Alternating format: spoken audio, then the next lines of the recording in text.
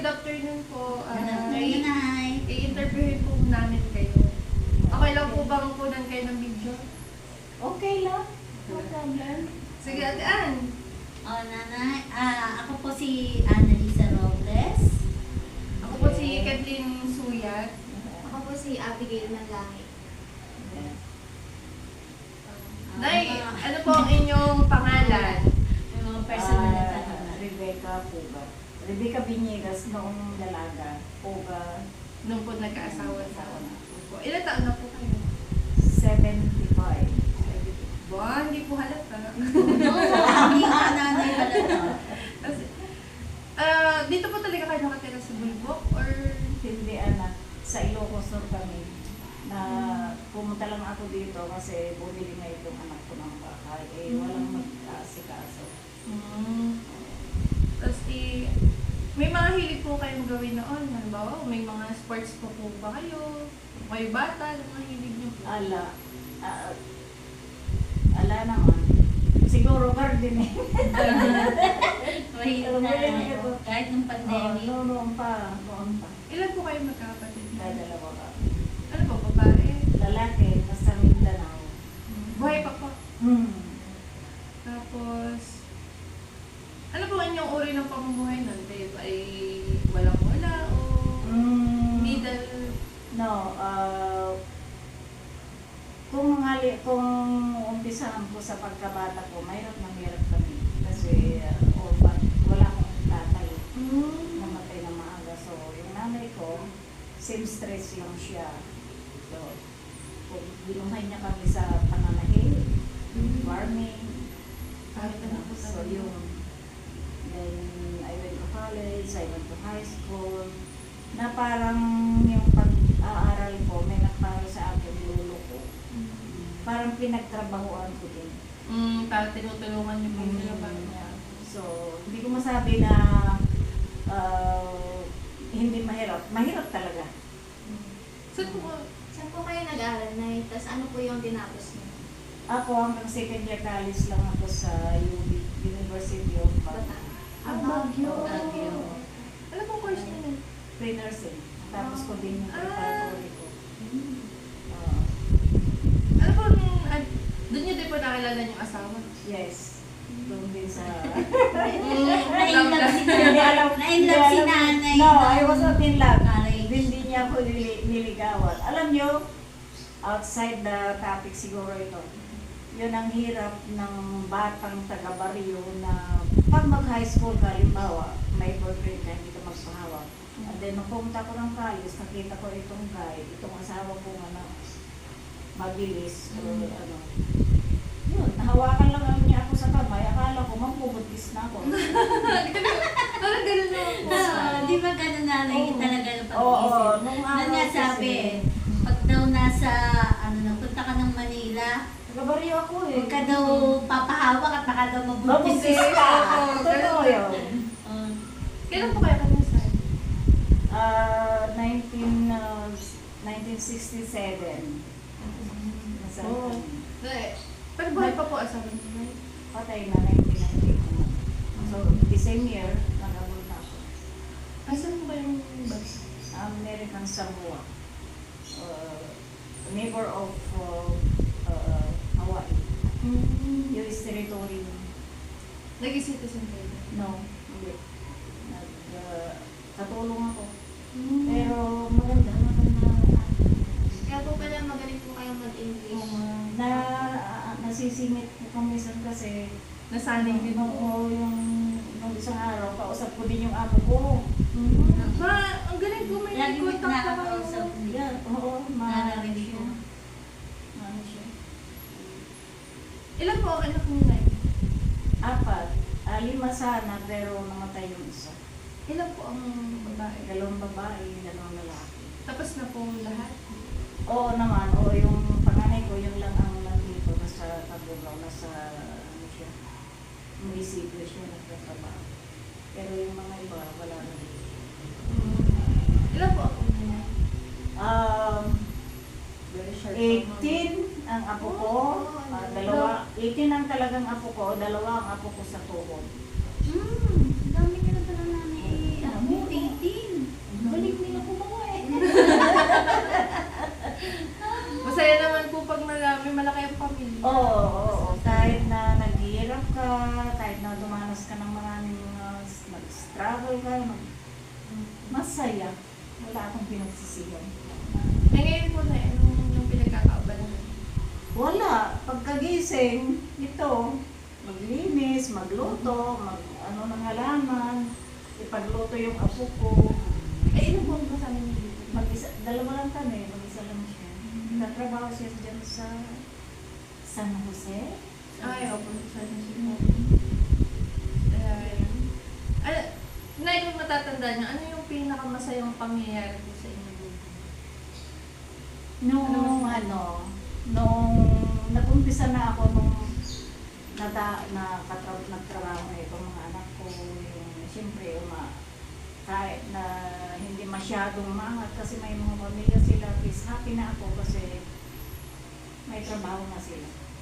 Oo nga, gano'n naman po eh, pag po magulang na yung basta Stable naman. kita niyo po yung mga anak niyo na okay na eh.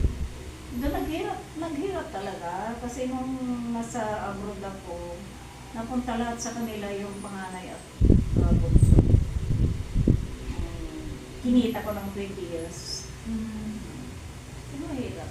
Hindi ko man pinagsisihan na wala akong Gano'n naman po mga magulang po. basta ibigay mo ng buong puso, masaya ka na. Ano pong nanay mensahe niyo sa batang kayo? Marami. I wish lang, Becca, that's me, na hindi ka nag-apura. Kasi marami pa naman sana lalaki. So, kung sino man yung makakarinig, sana yung mga kabataan, mag-isip sila. Pagpadalos-dalos. Padalos-dalos, huwag isipin na pag nahawakan yung kamay mo, mabubutis ka. That's crazy. Totoo yun, pero hindi ko pinagsisihan kasi may mga anak ako na magaganda, may mga Naging maayos naman yata po pagsasama. tawa naman ng Diyos. Yun lang. Sana hindi siya kasi may dalawa akong lolo na kapatid ng lolo ko talaga na nasa Hawaii na sila ang magpaparal sa akin. Tsaka mahirap yung nag-aaral ka, marami kang pera. Mahirap pa yun. Opo, kasi may isip nyo. Yeah, mayroon palagi. Gusto yung pumunta dito. Hindi nyo na mapapriority. Gusto nyo, syempre may pera kayo. Mas Gusto may- kong pumunta dito. Hindi nyo naman. Hindi naman ako magala. Hindi naman. Kaya lang, hindi ka ng sandals, punta ka sa- Pero maganda pala yung, ang alam mo, yung parents mo, naghihirap. Para mas mag-isip mag- mo. Para yung mindset. Yun ang number one na dapat naisipin ng mga kabataan. Yung alam nila na yung dinagastos mo, galing sa pinagpag-usapan. Opo. Kasi natitake for granted po pag alam nila may pera. Hindi rin tama yung marami kang pera. Hindi naman marami, kaya lang maya nandiyan na, allowance. Alam nyo po may aasahan. Oo. May mga regret po ba kayo or pagsisisi sa buhay? Ay no, wala. Kahit na naghirap ako, naging punching bag ang mukha ko, lahat na, na lahat. Hindi ako nagsisi doon. Kasi binigyan ako ng asawa ko ng 4 ng gaganda mga mga. Yung time na yun, hindi ko inisip na hiwalayan siya. Lahat ng bisyo, personal. Lahat ng bisyo, sugal, babae, nandun na lang, nananapit. Pero kinaya ko eh. Nalagaan pa din nanan. Oo. Kumbaga yan Nalagaan po pa eh, niya. nagsumpaan kayo. Oo, ang inisip ko kasi, ilang ulit kami kinasal, nag-secret marriage kami dyan sa Baguio. And then kinasal ako kami sa pastor namin. Then we made a promise na ganun, na kayo talaga na kahit sa hirap at ginhawa, bakit ka naman aayaw? Andiyan yung mga anak mo, paano kung iwanan mo paano ang maging buhay nila kung iwanan mo sila? Nung ba nagkaanak kayo, tumigil na kayo mag-abroad? nung ano na, ito lang, 2018. Nandun na kayo Oh, nung talagang pinauwi na ako nito, itong anak ko na to, ma.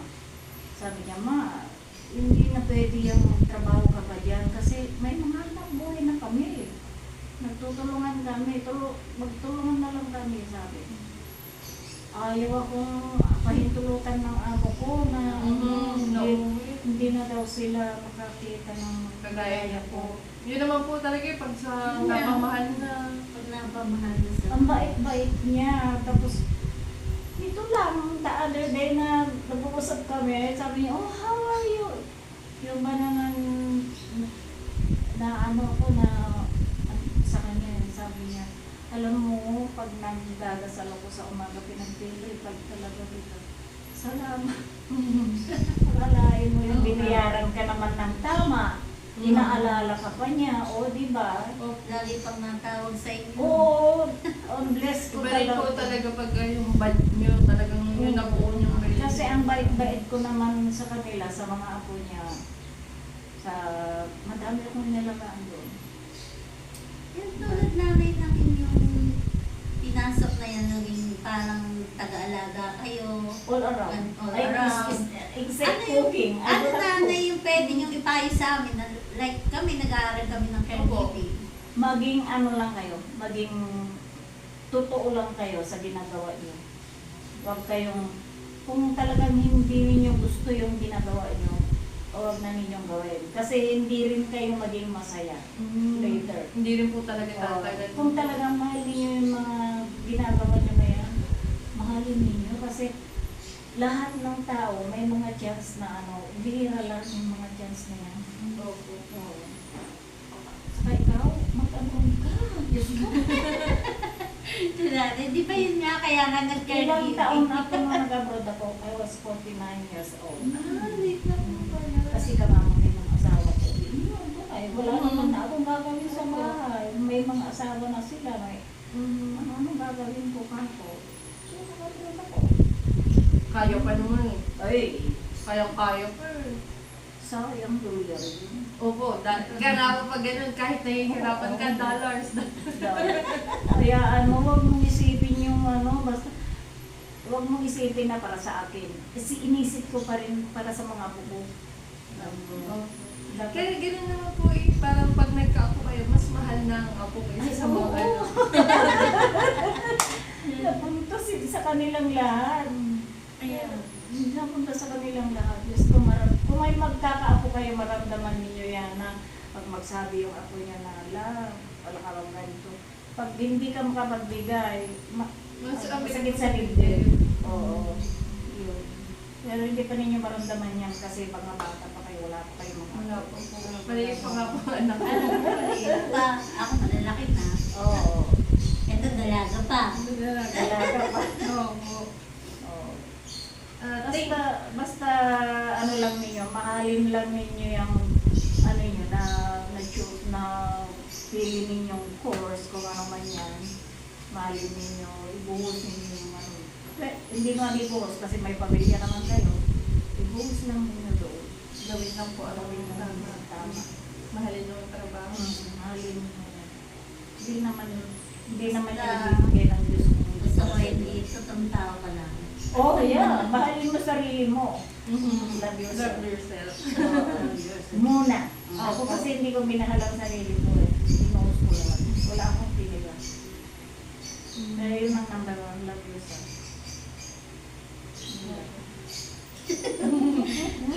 Thank you. Thank you so much po, Nay. Yeah, okay. Thank you po. Thank you po sa time. That's okay na madaldal pa rin ako. Very bright pa po. Very bright pa. Hindi naman.